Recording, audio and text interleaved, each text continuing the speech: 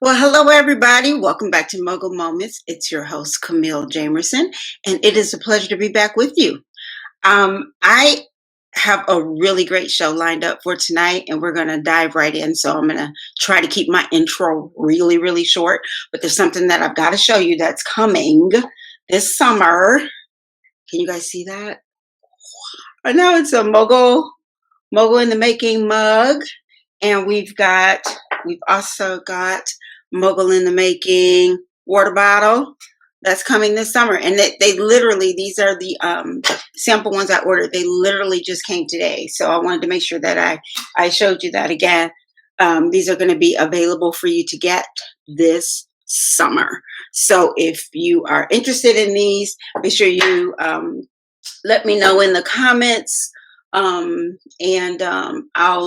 make certain that everybody is made aware when it is time to order. So those will be ready this summer. We're also going to have t-shirts and hats for this summer. And then in the fall, we'll transition to hoodies and sweatshirts and etc. Okay. So just wanted to let you guys know what was coming down the pike. And I'm really, really excited about that. So today's show, I entitled it Going in Circles. And as you know, all the shows for this season have been named after songs. And if you don't know Going in Circles, then I just don't know what you're doing with your life. But anyway, I named it that because we're going to touch on some things that might have you spinning in this particular episode. And when at all possible, I try to bring on experts to fill in the gaps for the things that I don't know. I don't have a problem with saying what's outside of my box, and mental health and all of its tentacles are outside of my box. So I met someone at another event, and we got to chatting and talking, and I saw one of her many expertise. And I'm like, oh my gosh, you would be a really good fit for the show. And thankfully, she obliged me, and she is here tonight. And her name is Sherry James. And she is I'm going to let her introduce herself, but I'm going to bring her into the chat. Can you guys put your hands together and welcome her to Mogul Moments? Hello. Hello. How are you? I'm well, thanks. How you doing? I am great.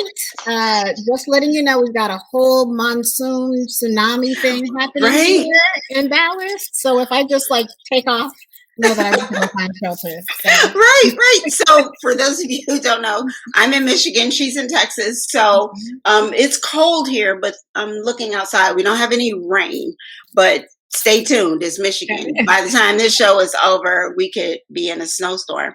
So Sherry, I'm going to yield the floor to you for a second. Could you introduce yourself to the folks?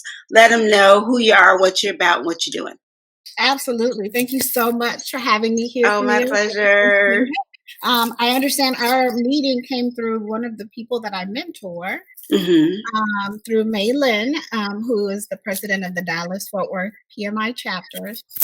I hold that so dear. I love them. I love her so much. But my name is Sherry James. I am the founder and chief executive officer for Phoenix Speaks Incorporated, as well as our nonprofit, which is 2020 Lives Changed Incorporated. So we want to focus on being advocates for mental health, making sure that people have a safe space to have conversations around diversity, equity, inclusion, belonging, and how all those things fit into mental health, and the impact of mental health of all of those things. So we were born in October of 2019. So we're still a baby company. Wow.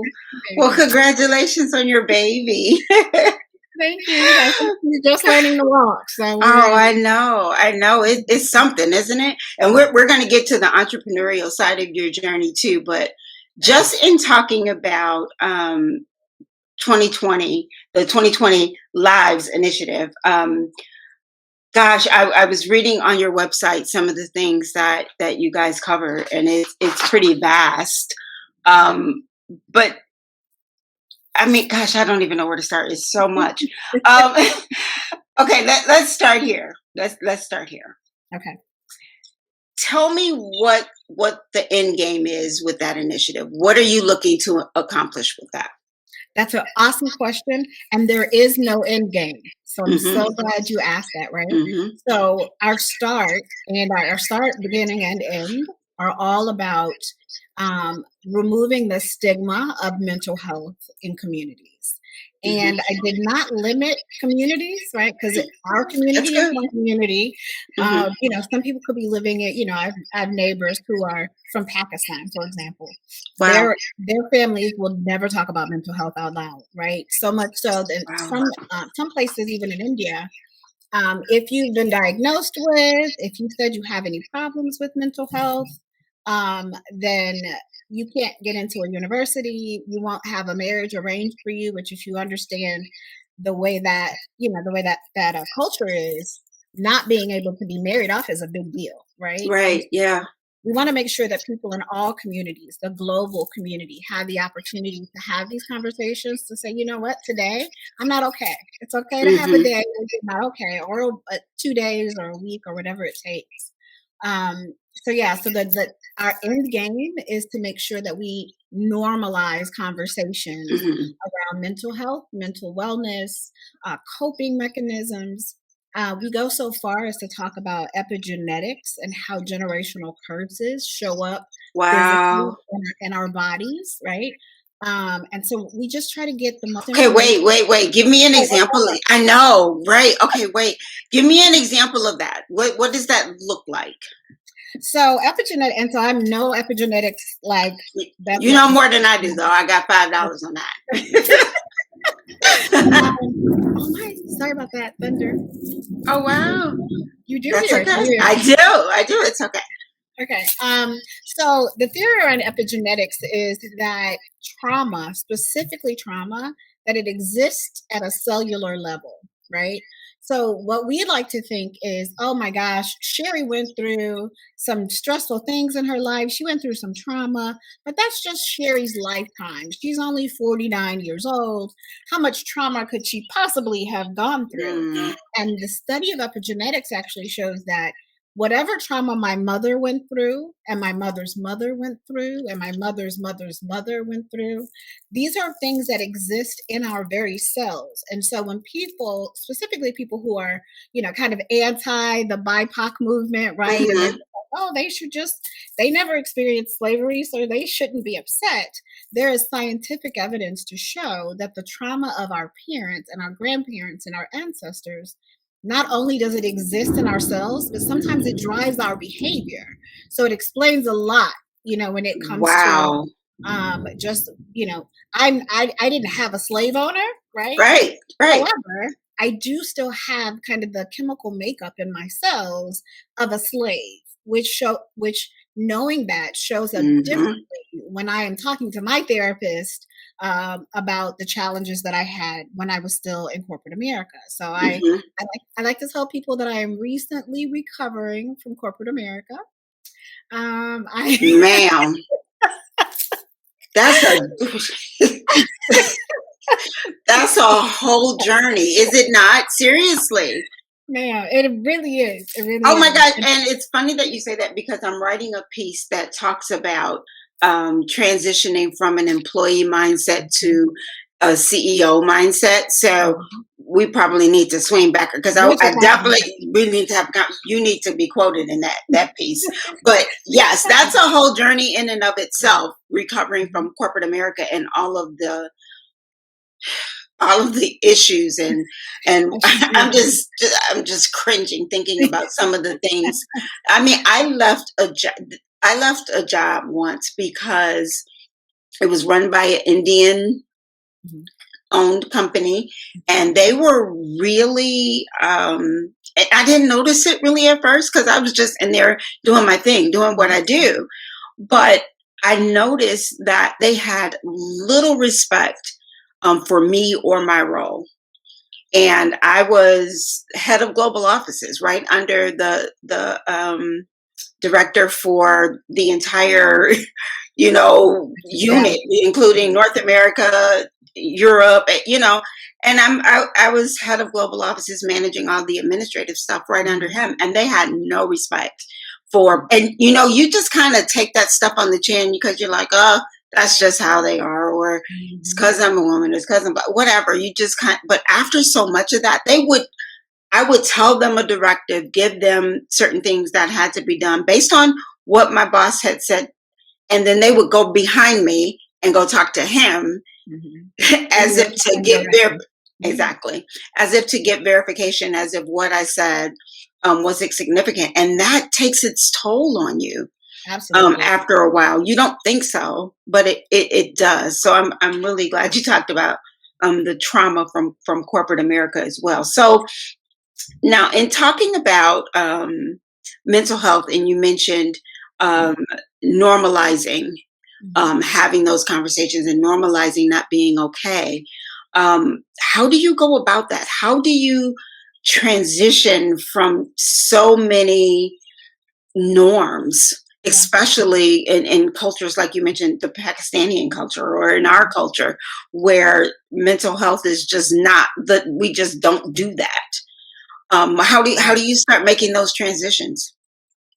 So I want to talk about, before we move to the transitions, I want to talk Hmm. a little bit about your example, right? So you talked a Okay. little bit about having to deal with that day to day. Oh my gosh, that's just how they are. That's just Yeah. So culturally, one of the things that my team tries to do when we go in and coach leaders or train teams is to understand micro traumas. So back to what we Mm. talked about earlier, we talked about the impact of there being generational trauma. And it's not just for people, it's not just for African Americans. So people who had parents who were, or great grandparents or ancestors who were in a part of the Holocaust, Yeah. their trauma shows up generations later. And actually, that study is the one that kind of kicked off all the work around generational trauma. Wow.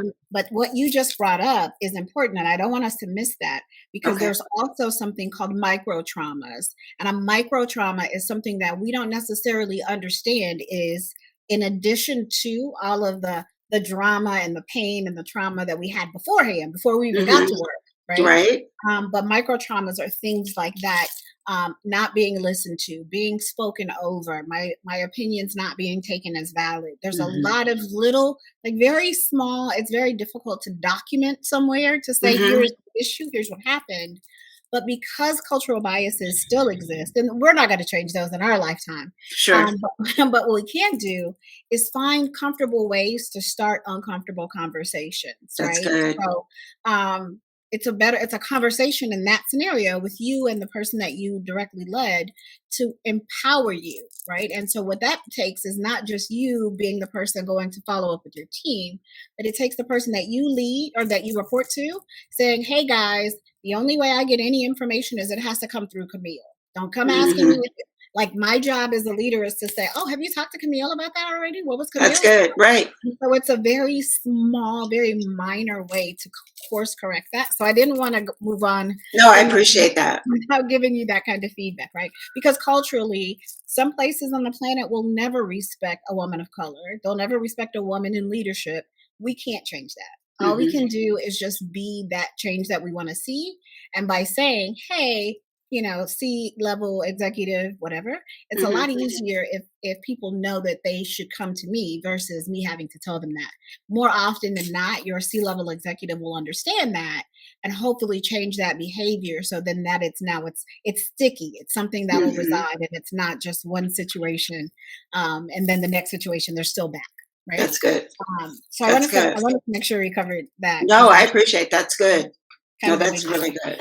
So it's a lot of the work that we do now is a lot of consistency, is adding the same message in every single thing that we do. So my title is Sherry James PMP. That's Project Management Professional. Camille, I will tell you, I cannot tell you how many times people are like, is that short for pimp? So let's just put it there. I mean, seriously, my husband's a PMP, and I call him a pimp all the time. All the time. I mean, it's hilarious. And even because when I saw the acronym, I'm like, are you kidding me right now? I'm going to have a field day with this. But I mean, when I saw the level of study that was necessary for him to get that, so I applaud you as well, because I know it was no joke. And it's a pretty intense certification. So kudos to you. Well, thank you. And thank you so much. I appreciate that. I started out in human resources, and I did training for AT&T way back in the day, like a long time ago. But one of the things I noticed in new hire training is that people would have all these awesome, amazing, innovative ideas, but they were new hires. So no one was really listening to the ideas of new hires back then. And this was so many years ago, like a new hire at AT&T, we put them in a room for like 12 weeks to teach them their job before they actually moved out into the actual sales floor. We don't do that anymore, right? Now it's like, hey, welcome to the job. Here's your laptop. Good luck. Which is kind of unfortunate. But I had the opportunity to learn the importance of leading people and coaching them and teaching them new skills. And I love that. Moving into project management in 2005 made sense because I could take the things that people were passionate about, like, oh my gosh, I want to build a high rise in Frisco, Texas. That's a project. There's a start date, an end date, and a budget. And so what we do, you know this because your husband's qualified, right? So that means that I can help you get to that end state. I have the same expectation for my company and my nonprofit is that we will normalize the conversations, even if it's us coming in. Like I reported to senior level executive, the executives for 15, 20 years. Yeah. They don't want to hear that something's wrong with their organization. And so that's not what we do. Oh, please, no, not that. No, you're perfect. We know that you're perfect. Your competitors might not be so good. Yeah, but never you. But it really is that kind of partnership to go in and do a kind of peeling back the layers of the onion to see where is the issue here and how do we fix it. And sometimes it's just uncovering, just like I mentioned, micro traumas. There's also microaggressions, and there's a certain way that I could say something to you, and it would completely change what I said, right? Like I could say, yeah, let's do it. I'm ready. And you'll be like, man, she's really ready. Or I'll be like, yeah, let's do it. I'm ready. Same words, right? Body language told me something totally different. Right. And so using those skills from human resources, from project management, our goal is to make sure that we are encouraging those conversations. And if we can't encourage it for people who are in organizations or even just by themselves, then we will equip those people to do that, right? To go in and hear a conversation with someone that maybe reports to them. And that's like, okay, this person's been late every day for the past week. That's unlike them. That's not normal. And instead of saying, hey, what's going on? Because a lot of leaders don't want to get into that. That's HR space. I don't want to talk about people business. But there is a way to say, hey, I've noticed some things have been going on. I want to let you know that I'm here for you and here to support you.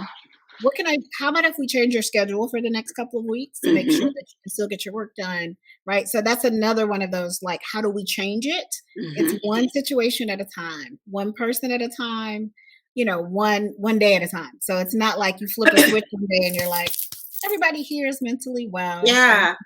And I think a key point that you made there is that it may not be the same for everybody. It's not this cookie cutter template that you can use that's going to work on everybody, because everybody comes with their own set of stuff, so I really appreciate that. So speaking of trauma, let's just talk about the biggest one that's probably happened to all of us in a while, and that would be 2020. Yes. How has, and I know we're still on the tail end of that. This is just 2020 Junior. right now. But just based on what we went through last year, everything from the grief that we experienced, the isolation, the uncertainty, all of those things rolled into one. For some, the loss of their businesses or the loss of their livelihood, the loss of their jobs, all those shifts and moves. How does that affect you mentally? And when does a person know when to say, you know what, I need help sorting this out? Because we like to say, oh, we're good, we're fine. 2020 is over. I'm straight. Let's keep the party going. We put on our Superman cape and try to keep pushing forward. And that was one of the reasons I wanted to have this episode, is because I don't know that it's healthy to do that until you've reconciled what has happened in that year.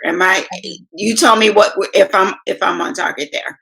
You're absolutely on target. So we won't see the effects of 2020, or we will see the effects of 2020 for the next 20, 30, 40 years, Yeah. right? So, Wow. so there's no real way to quantify at this point, other than normalizing the conversation. All we can do right now is normalize conversations. There's not enough data, whether it's contraction of COVID-19, having it and healing from it on your own, having it, getting the immunization, not getting it again. Like, there's so many data points that are still being compiled, that when people are like, oh, this is the new normal, that we don't know that, right? Because there's still so much we don't know, right? But I will say that, like, this is the first time in the history of any of the people that I know that are living that therapists had to go through the exact same struggle that their patients are going through. It's never happened before. Right. Like, and I'm also tired of the word unprecedented, because we keep hearing that. I know. But this is the first time ever that a person who is in the work, does the work of listening to, helping, coaching, helping others to cope. Now they are going to their therapist, who they were going to see anyway, but now they're asking their therapist, how do we cope? How do we deal? How do we? Wow. And that therapist is going to their therapist, right? Right. And so it seems to be this unfortunate kind of, none of us know what we're doing right now, because none of us have had to do this, right, to this degree. But the positive thing from 2020, and the thing that I appreciate more than anything, is that we now understand how important, the importance of, like, being present. Because if I could be in a room with my girlfriends right now and we could just, like, hug Oh and my laugh gosh. and just, and That's like everything, isn't it? just a hug, just like Yeah.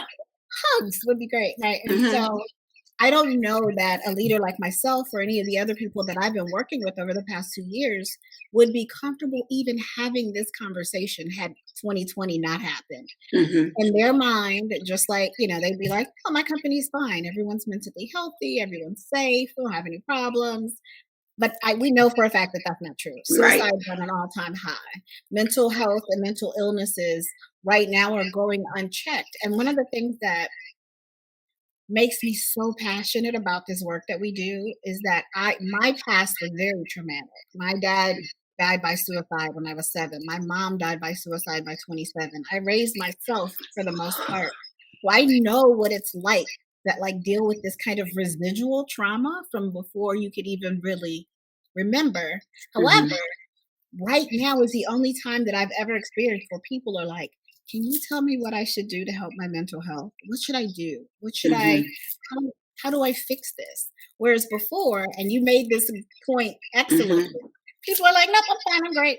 And you're like, I mean, but you just had these things happen in your life. And we're like, nope, I'm good, I'm great. Especially as women, especially as women of color, especially as women of color, as we move up the ranks, the higher up you go, the less human you are expected to behave. Wow. Right? Wow. That is, it's a wow. it's an unfortunate truth, right? I mean, especially for people who are genuinely nurturers and genuinely like mothers of the earth, right? We're like, make sure you have everything you need so you can be successful. Why is this not enough? I will say, if this is the bright side, Mm-hmm. that people who led by fear, people who led by yelling and screaming and intimidation and being nasty, they're going to have a very difficult time rebounding post 2020, Mm-hmm. right? Mm-hmm. For people who lead their teams in a very mentally healthy way, where we're like, hey, Camille, what's up? Do we need to talk? Mm-hmm. There's something Mm-hmm. there's something going on. I don't know what it is. Mm-hmm. Let's talk about it. It may not be me, but we probably should. Mm-hmm. But people who lead with relationships or lead with a servant's heart are thriving right now. That's right? good. Because nothing's changed for us. Like, we always loved our teams more than ourselves. We always gave, like, without thought of reciprocation. We always wanted to build something bigger than ourselves. So something like COVID gives us a positive opportunity. It gives us the velocity to say, hey, we're all messed up. We all struggled through 2020. I don't care how good you thought you were and how perfect you thought your life was. Your life has been changed. And so now that that's the case, while we're changing, why don't we do some things to change for the better? Let's normalize talking about, like, depression. I saw a post on Instagram, and it's like these pictures, and it said, this is what depression looks like. And it's like Robin Williams smiling. It's smiling. It's Anthony Bourdain in a full-on belly laugh, right? So people believe that you could look at me and say, oh, she seems to be happy. She doesn't seem to have any kind of, but we don't know what people are struggling with. We don't know the luggage and the baggage that they have to carry. So we just pretend that they don't have any. And then subsequently, we get to a point where we act like we don't have any. We haven't either. Wow. Nobody asked us. So it's this cyclical process, right? Like, how are you? I'm fine. How are you? I'm fine. And that's the end of the conversation. Yeah. Whereas, since we've been doing this work, people know to call, and they're like, how are you? I'm great. Great. Are you? And I'm kind of upset that I taught them to do that, because now they do that to me, right? I'm like, no, everything's fine. And they're like, ma'am. Okay, I'm not okay, but dang it, don't do me to me.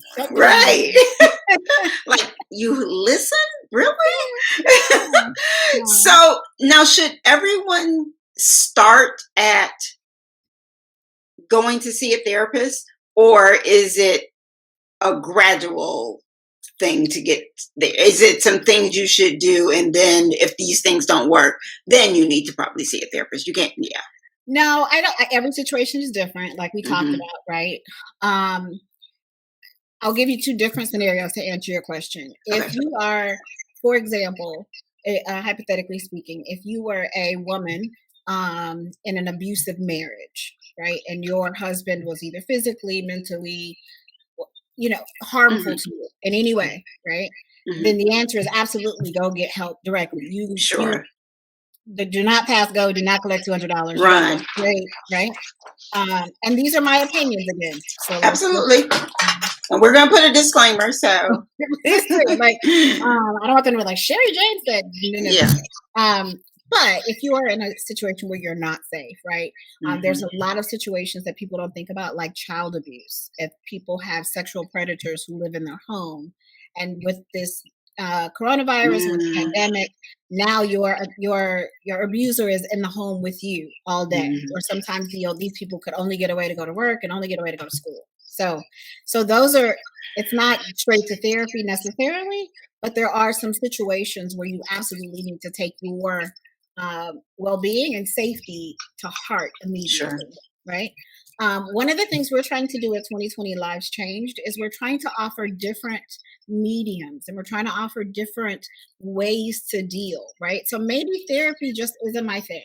And it wasn't 5 years ago, to be completely honest, right? So, but I would find other ways. Like, travel was my catharsis. I could go travel somewhere and go sit in the water, in the ocean, like literally, and release and I would just sit in the water and cry. And I'm like, okay, I left all of my my issues in the ocean. And I'm good. Yeah. And I'm good, right? Go pour me a mimosa somewhere and then it was great. But I still had never dealt with my actual trauma, right? I still hadn't gone back to deal with the trauma. So, there's things like equine therapy for people who love horses. You can go and so, there's yoga for people with PTSD. So I don't believe that therapy has to be the first step. I think it's an individual choice. It's based on your family dynamic, your faith dynamic, right? Because that gets a little slippery too. It does. It does. Sometimes the church is like, "Oh, you don't need a therapist. Just come let me pray for you." I'm like, I need you to pray for me, and I'm also going to therapy. You know what I mean? I need prayer and also therapy. So, that's right. And you can put $5 on my copay. Thank you. Because I'm going, yes. Right? Right. Those people are specially trained to help me cope with the drama and the trauma and all of the things that hit me every day. I'll use this example really quickly. So I have 2 children. My daughter is 31 for a couple more days. She turns 32 June 14th. And then my son is 13. So I've got a 31-year-old and a 13-year-old. God, touch Jesus. Wow. I don't even know what to say. If y'all know what to say to it, put it in the comments, because I got nothing. I don't even know. I mean, I got like a 33-year-old and 34-year-old in September, and then a 24-year-old. So that's like my gap, and then it's like 3 in the middle. But I don't have the words for that. 13. God has a sense of humor, and He loves. Isn't that hilarious? I love it. I love it. He loves me. He loves me. But I will tell you that I've learned a lot from my son. Right, when it comes to mental health, when it comes to having conversations, we talk about these things. So I spoke at his school like twice the last couple of years, and I go and I talk about suicide prevention, and I have them talk to me about suicide prevention. And the reason I know that God is so good is all the things that I learned to do. If you remember, I said I worked at HR at AT&T a long time ago. Those same skill sets that I used back in 89 and 90, right? I can use now when I'm talking to younger people about, mental health, and what do you do to manage your mental health? And do you know anyone who's died by suicide? And I think I saw well over 100 students the first time I went to my son's middle school. And I would tell you that of the children that cycled in and out of my classroom, 60 to 70% of them had either considered suicide, attempted suicide, someone in their family had died by suicide, or there was someone that they knew, closely, right? Which completely floored me, because I didn't go in prepared for that. Like, I went in prepared to tell them, like, here's what might be happening. To hear these middle school students. So you're talking 6th, 7th, 8th grade? And we don't know that, right? So we assume that like depression and anxiety doesn't show up till college or post-college, or like these children are stressed. And you know what, Camille? I learned how I was messing up as a parent, right? So my son only came to one of the sessions, right? Obviously, because they were scrolling in and out. But one of the young ladies, beautiful young lady, she's like, I worked so hard to get great straight A's and good grades, and I'm also on the cheerleading squad, and I play basketball. Oh no, she plays volleyball, and she has like 3 other things. And I was just like, she was talking to me, and I was stressed out just with like, girl, you were in the 7th grade, like, right. And she's like, and then when I get home and I complain that I'm sad, my parents tell me that my life isn't anything like their life.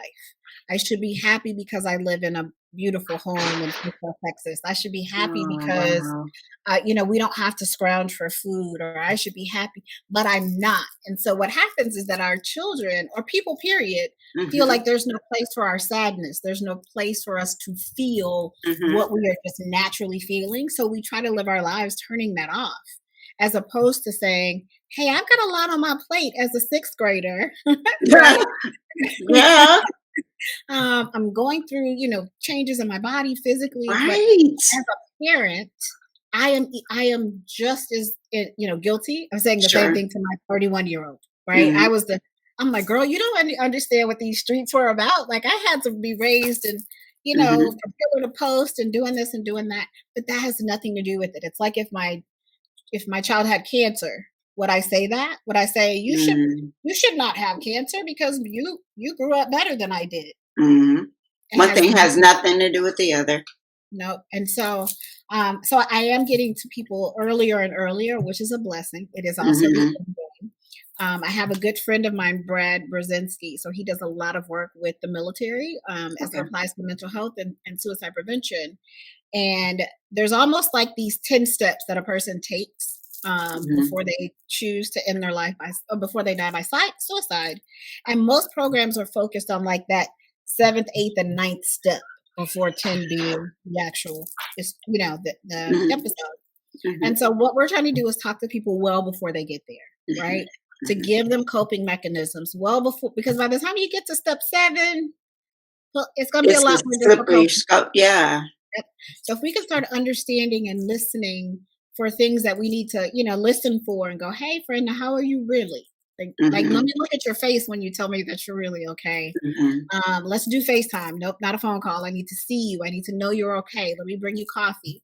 And it's a lot of work, but the work that it is on having the conversation is nothing compared to the work feeling like I wish I'd had that conversation, Mhm. right? That That's survivor's good. guilt is a real thing. So knowing that, you won't know, there may be someone who dies by suicide soon, but Mhm. know that there's nothing that like you can't stop them from doing that. You can hopefully give them some options and some coping mechanisms and some things. But we are under so much stress right now as a planet with the microaggressions and the micro traumas. I'm hoping that our organization can teach others how to not make those mistakes. So we just did a small business class. We did a Taco Tuesday for small businesses Ooh. to try to teach them, like, here's the things you don't do running a business for your own, Mhm. and some of the things that might stress you. And a lot of them have never been in a leadership position in a corporate organization where they taught you, I don't know, sexual harassment or Mhm. crucial conflict and all the classes that we had to go through in order to Yeah. be Was mandatory. it was mandatory for us. Right. But then you've got people who came as an individual contributor to now become a business owner, and they don't the mental stress that it's putting on them because they always had a marketing department or a payroll department. Mhm. So the stress. My business partner, Dr. Stacia Alexander, I love that she has a product that she created. She's been seeing people for 30 years. She's had her practice for almost 30 years. And she talks about the emotionality of success and how Hmm. stressful that is, and the fact that most people aren't prepared emotionally, psychologically, mentally for our success because we've been so downtrodden. We've been so told that we weren't ever going to make it past this, and so we believe that. And so Yeah. when we are all of a sudden successful, whatever it is, if I won a Sure. Grammy Whatever that or looks like. Yeah. whatever that looks like for you, right? And then it's like, well, some of the people that you used to be cool with aren't going to be cool with you before. And on the same note, people who you've never met before, all of a sudden are going Be to want right to here. Yeah. right? Right here. That that's interesting. I remember reading a book years ago. It's one of Bishop Jake's older books, Hmm. and that was the first time that I really heard about that concept. Because I mean, in my head, all we're thinking about is getting successful, doing what we need to do, meeting our goals, and I'm very goal oriented. And his book was called "Can You Stand to Be Blessed?" And he insinuated kind of the same thing, like, okay, but do you have the foundation and the character that's necessary to withstand what success is going to bring you, what Right. that blessing is going to bring you? So I'm very interested in hearing more about the emotionality. Is that what you Yeah. call it? That's the emotionality of The success. emotionality of success. So we'll Yeah. definitely put that in the chat. Want to hear more about that. Okay, so oh my gosh, so this is a good transition because I do want to talk about your entrepreneurial journey too. Okay. So how did you turn this passion of yours, and you alluded to some things that have happened to you in your past that I'm sure had that played a part in it, but how did you get here from corporate America? Uh, uh, So I will again. We talked about how God has a sense of humor, Mhm. right? So I started writing a book in 2018. Okay. 2018. Actually, I started in 2017 and then I just dropped it. But then people were encouraging me to finish my book. I had been traveling and speaking for years. So speaking on stages, it's one of the things that I learned when I was at AT&T all the years Mhm. ago. They put me through Toastmasters and they were like, Yep. you will be, you know Yep. how that goes, right? I still have dreams about that little bell going off if I said too many Too times. many times. Yep. Those filler words. Yeah, that's a muffler word. So, but I was blessed to have had the opportunity to speak at conferences and conventions and I don't know, schools and universities. Mhm. I've been doing that for the past 15 years. That was my way of giving back because I had a great job. My 9 to 5 was great. It paid Mhm. well. I felt very fulfilled in the work that I was doing. But I wanted to show others how to do that. And I wanted to show others specifically. I have a passion for millennials because I've got children in the next two generations, right? Like Right. Right. I'm invested. Like I have to make sure that they're okay. And I feel like God was like, you need to be invested in these after 2020. Who knew? Mhm. Right. And Right. I'm grateful for both of my children. My son for being able to teach me the importance of how to communicate with him at 13 about his Mhm. mental health because That's that's not what we powerful. do. Well, but yeah, we don't Yeah. do that. Like Nope. it's That just not good. So and especially a son. I mean, that's so powerful. it's still a challenge, right? It's Oh, not that sure. it's easy. He's still a 13-year-old boy. Mhm. He still eats more than I can afford for him to. That's the thing. But I will tell you that I take him to my speaking events, and so I think that helped me as well.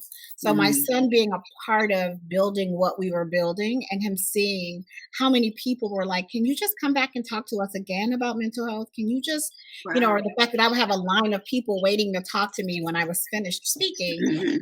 He was like irritated about it, but because he was ready to go home, but then also Right. he's a very bright kid, so he's like, "Thank you for helping people." Like it's kind of cool Wow. that you're.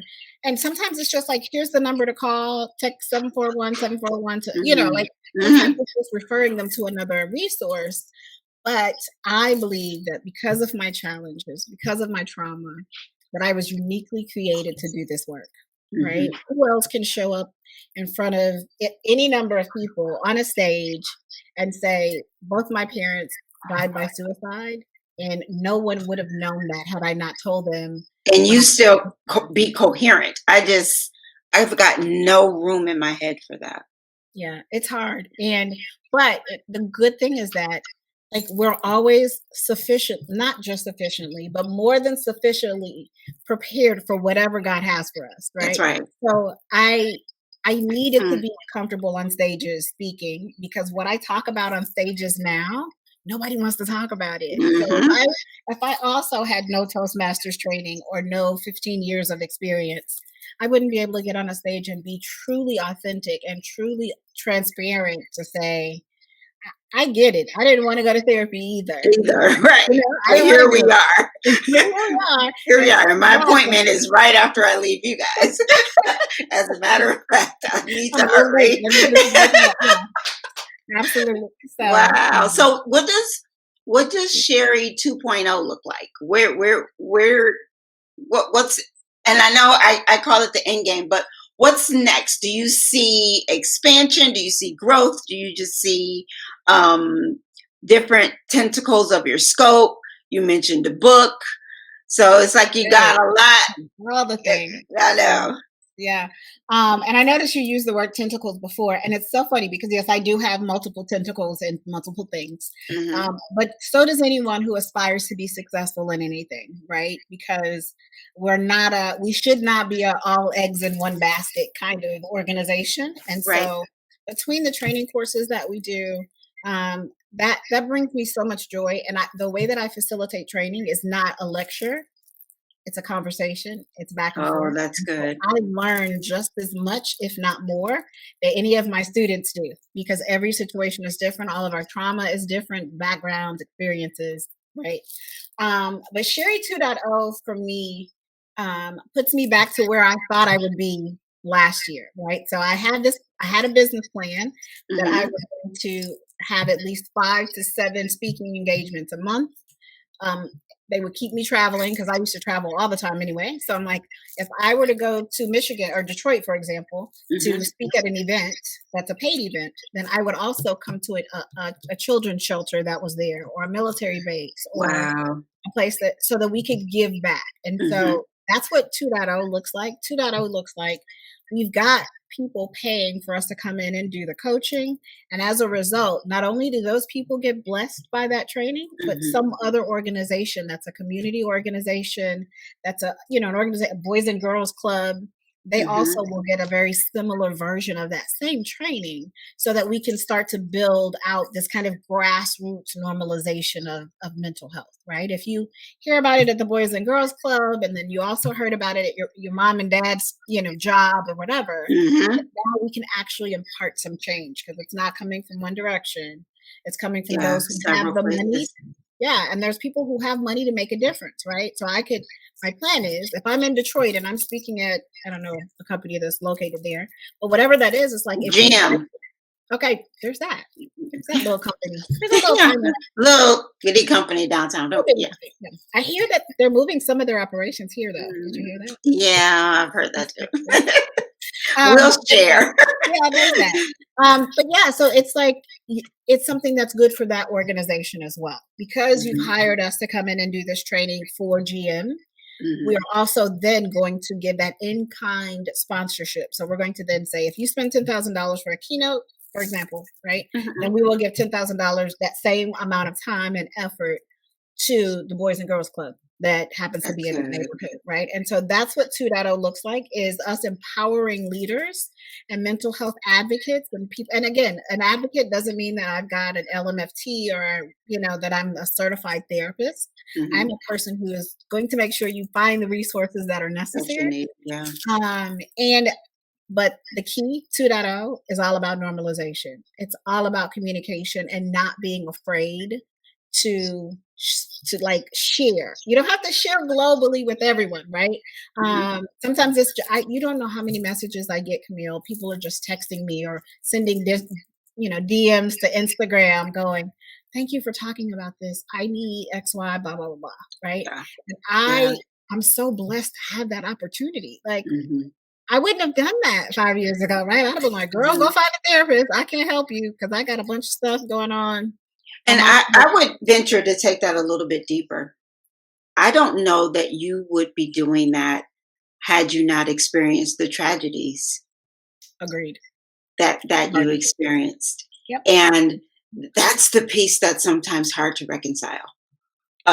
Because I know it was the death of my dad that really catapulted me into business. And I'm so sometimes I wonder, if that hadn't happened. And my dad died of pancreatic cancer. We knew he had a terminal illness. I'm so We sorry. knew he was in hospice, so we were all there and prepared as Mhm. prepared can be. And then when he passed, you would have thought Iraqi soldiers came in there and shot my dad. We act like we didn't know what was going to happen. We Mhm. just fell apart. But I said to say that kind of catapulted me into starting my business. And sometimes I wonder, like, okay, if that hadn't happened, would I have a CDJ and Associates now? Would I Mhm. have the Camille Company now? Would it took that shift? So, um, can you speak just a little to how tragedy can sometimes catapult you into kind of what your purpose is? Absolutely. I will tell you that I don't know that I knew what my purpose was before, 3 years ago. I Mhm, didn't. I will tell you that I did. I mhm, had no idea. Excuse me. Um, and you asked the question like, I wrote down why me versus why not. So I'll tell you mm, that maybe at 45 or so, um, I there was a paradigm shift for me again, and I'm like head first in therapy, like I'm in a lot of mhm. therapy. I actually had some other health things that happened, so I'm in like physical therapy and also therapy. So Okay. there's always someone talking to me constantly. I was like, okay, I get it. But what happened, I think, is that I had a pivotal moment in my life where I had to switch from victim mode, right? Mm, I can't go back and change the trauma that happened to me when I was younger. I can't go back and undo the feelings of abandonment or remove. I can't do any of those things, come right? on, that So part. I can't. All I can do is say, "Hey, this happened to me when I was 7. Here's how I believe it impacted my life," but I honestly don't know. No. Hmm. But let me tell you something, Camille, that it is such a refreshing mindset when you wake up and you go, everything happened exactly the way it was Wasteful. supposed to, right? Like God Yep. is the best project manager. Like He's got a plan already. Now He Hmm. doesn't need, and for me, I have to catch myself from not being like hypocritical, right? Like I want Hmm. to see what the end product looks like. Show me what In game. That's show me me. what 2.0 looks What's like. the bottom of the paper? Yes, that um, is so me. I get it. but I honestly believe that needing that is the opposite of faith. Yeah. So if I have to see proof that I am going to be successful living in my purpose, then that means I'm living in my purpose minus faith, and I need to rethink all of it, Mm-mm. right? And Yeah. so, to answer your question, like I don't know what Sherry 2.0 looks like, and I'm okay with that. I know that it's going to be the one part of me that's always been there, the want to help other people, the ability to just kind of pull stuff from people, even if they didn't really want to get it done. Not really talk about it, and ultimately Hmm. for us to like be on one accord. So those are skills that God Mm. has given me, and I've used them from managing multi-million-dollar portfolio offices down to managing a team of millennials who were interns, right? But the Yeah. same servant leadership mentality works every time, Yeah. right? Yeah. And the more that you choose to believe that all of this is happening on purpose, every single thing, the good stuff, the bad stuff, the things we can't explain, we know that there's a plan, That's and right. we're either okay with that plan or we're not. But we can't be like okay with the plan, but I need to see line 537 of the plan. Right. It's like, Just make what's going sure. to happen down the road there? Right. Just flip that so I can see. Yeah. Yeah. You can't have it both ways. And that's tough for people like me who are administrators by trade, Mhm, because I work with the end in mind. mhm, So I usually work from the end backward, and not knowing what that end is, it makes it really difficult yeah. to trust that everything is going to be in place the way that I need it when I need it, and it has been. Mhm. It has been. So I don't know what other proof I need, but you know, You here said we that are. perfectly. I didn't even have to say I it. know, it's just like I just hurt myself. So okay, and I knew this show was gonna. Oh my gosh. Okay, I ask this of all of my guests. So, if there is any book that you are reading or podcast that you're reading or can recommend, please share that with my readers, with my watchers. I always encourage people to read. I tell them leaders read. And so, when my guests are on, if there are podcasts or books that you are reading, please feel free to share them because, first of all, I want to get them. And I definitely want to put them in the chat. I'll put that in the comments so you guys can see that. Got it. Okay, I'm Hmm. looking up this book. So I Okay. happen to meet I get to meet some really amazing people. I met a young lady by the name of Kara Golden. Have you heard her story? Yeah. Is that's the hint water. Like, yes. Yes. You have to read her book, Undaunted. That is Oh, like my number one on my list of you have to read it. okay. I'm a huge Kara Golden fan because I love that she had to do things that were the complete opposite of what everybody told her she should do. And she's Hmm. a multimillionaire now as a Love it. result of it. Yeah, love it. So definitely get Undaunted. That's the Okay. name of that book. Um, and then the other book is written by a gentleman by the name of I don't remember his last name. I'll have to find it. Um, but he wrote a book. I don't want to navigate away from my screen. Okay. Um, but anyway, so there's a Leaders Eat Last by Simon Sinek. I Yes. love Simon Sinek. I Like love Simon. between Hmm. Simon Sinek and Brene Brown, I'm pretty sure that's been how I've been able to get through these last several years. They're the only I know, right? I love her stuff. Yeah, they're both phenomenal. They're both really good. And then I'm going to try to find this gentleman's name, Joel, who wrote this book. And I just met him on a call the other day, and he talked about why he wrote this book. And it's just about understanding how our bodies will be at the end of all of this. Like, wow. It was amazing. Like, I was literally on the Zoom call, and there was 100 people of us on the call. I was like, the whole time I was just like, what? I'm going to tell you the name of. Sorry. Oh, you're good. Actually, while you're doing that, guys, I'm putting on the screen now Sherry's website, so you can definitely make certain that you connect with her there. See all the things that they have to offer. Consider her, for those of you who are still in corporate America, particularly, definitely consider her and her organization for what they've got going on. But go ahead, Sherry. I found it. So oh, good. I did.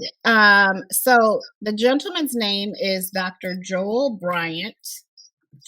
And okay. The name of his book is The New Being. The New Beanie. Being, B-E-I-N. Being, okay. Being. Mm-hmm. You've got to check it out. Okay. Yeah, it was phenomenal. Oh my gosh. Both of us, all three of those. Now, I've read Simon's book, so just the Kara Goldin's book and The New Being. Okay. Yeah, those two are and that's only until my book is out. So my book won't be out until the end of this year. Right. And so that's after the Suicide Leading with Love and Light. It is going to be, but it's going to be like a poetry and short stories. So really? It won't be a hard read. People see the word suicide and they're like, "Oh, I don't want to hear I that." know. It's like, oh. No, yeah. It's actually a story of love and light. It talks about how I have no siblings and no parents, and I have the largest family of anybody you'll ever meet. I just adopt family members everywhere I go. They adopt me. So those are the three that I would talk about. And I do want to make sure that we mention, we're a nonprofit organization in every sense of the word. We had literally 0 paid classes last year. My team volunteered for all of last year. No one got paid. No one got paid. No one's gotten paid this year either. Wow. So definitely, if people are interested in a place to, even if you can only donate $1 or $2, right? If you could just donate, it's tax deductible. We're a 501c3. Nice. And know that we have that certification, but we are still struggling we're in capital. We're trying to drive capital right now. So we got the opportunity to partner with an app, which is a telehealth app. The guy who founded that, it's called MediGuru, MEDIGURU. Okay. And it's a platform where we could stuff it with all kinds of good people, right? With therapists and talk therapists and yoga instructors, so that everyone can come to one site and see what it is that they need. It might not be a therapist, to your question earlier. Maybe it's a hairstylist. Maybe you just need to get your makeup done. Self-care. So we have made this partnership. We are working with them, but of course there's a cost to build out this website at the to the vision that we have for it. So if you do have people who are listening and watching, even if the classes aren't something that you feel like are, that you're ready for, that's fine. But any donation is definitely great. Absolutely. We're very grateful for whatever help. And that's another thing, because I wouldn't have asked for any help 5 years ago either. I would not I have that pride monster sitting right here. So wow. Look at you. No more pride. We're done with that. Just go for it. Right, because the end game is that you're trying to help people. You're trying to save lives. You're trying to save lives, and the work is too important to allow pride to get in the way. Now, what other ways can people get in touch with you aside from the website? Do you guys have social sites or? Yes, so we are active on. Well, we are on all social media platforms. Instagram, you can just look for Sherry James PMP. You'll see pretty much all of our shows. So I've got an IGTV station that's got 3 different shows on it from 2020. I have Cool. multiple episodes of those. Camille, I would love to hear your feedback on those. So Oh, I will. I'll go. I love it. I would definitely do that. Yes, yes, yes. thank you. Absolutely. So they're there, and I'm on LinkedIn. Okay. I always appreciate LinkedIn. So you'll see a little bit more about the corporate side of me on LinkedIn, of course. Okay. But you'll see kind of all the times that I worked in diversity and inclusion and spoke at all the conferences and did all the things. And so I'll be doing all the things now, but we're doing all the things with the specific goal to save lives. Absolutely. Well, Sherry, oh my gosh, this felt like therapy. This was so good. This was so good. I mean, I feel like there was so much more we could have talked about, but I'm so grateful for your time and for sharing with the Mogul Moments audience. I just felt it was really important that we just don't skip on past 2020 and act like we came out unscathed, because just because you may not have succumbed to COVID, there could be some post-traumatic stress that you need to address and deal with, and your company needs to deal with. And if you're an entrepreneur, your business needs to deal with, your family needs to deal with, and you need to be prepared to be able to not only minister to yourself but to your family. So I definitely wanted to have this conversation, ask those questions, and if nothing else, get those conversations started. So hopefully we're in the comments and in the chats right now, really talking about this, normalizing it, like Sherry said, and having the conversations that need to be had to save lives before things get too far. So Sherry, stay in the studio. I'm going to just close out the show. So hold on just a second. Guys, please. Yes, go ahead. Sorry, I can't believe I forgot this. No. But I was on I've been on 2 different Amazon Prime Video shows. And so I know. Don't do me like that. Don't do that to me. I forgot. I'm sorry. Can y'all? I didn't know y'all could see me. I apologize. I can see your face. 2 whole Amazon shows. You got to get that on. Okay. So the show is called Speak Up. And it's 2 15-minute episodes. The first one I talk about kind of my story and, my dad's story. And then we just filmed a new episode. So we'll be season 3. I'm not sure what episode 1. It's myself and Dr. James Pogue. We talk about how the disability of mental disability should be included in diversity, equity, and inclusion. Wow. So the 2 of us are on stage together. And that'll be out on Amazon Prime Video in a couple of weeks. Awesome. We'll get those links from you offline. And so guys, hopefully by the time this airs, I'll have all that and put it right in the chat. If I don't, I will definitely make sure that gets to my audience, because I mean, it's just Amazon Prime. I don't know why she would remember that, but I'm like, what? Sorry. It's late. Late here. It's late. It's late. You're right. Y'all in the thunderstorm. You got a lot going on. But Sherry, thank you so very much. I hope that we have an opportunity to do some things together in the future. You're just such a sweet spirit and just a wealth of information. So we truly, truly appreciate you. Thank you. Oh, it's my pleasure. Stay in the studio, and I'm going to end the show, and I'll be right back to talk to you. Oh my gosh, guys, right? I don't even know what to say about all of that. Was that not amazing?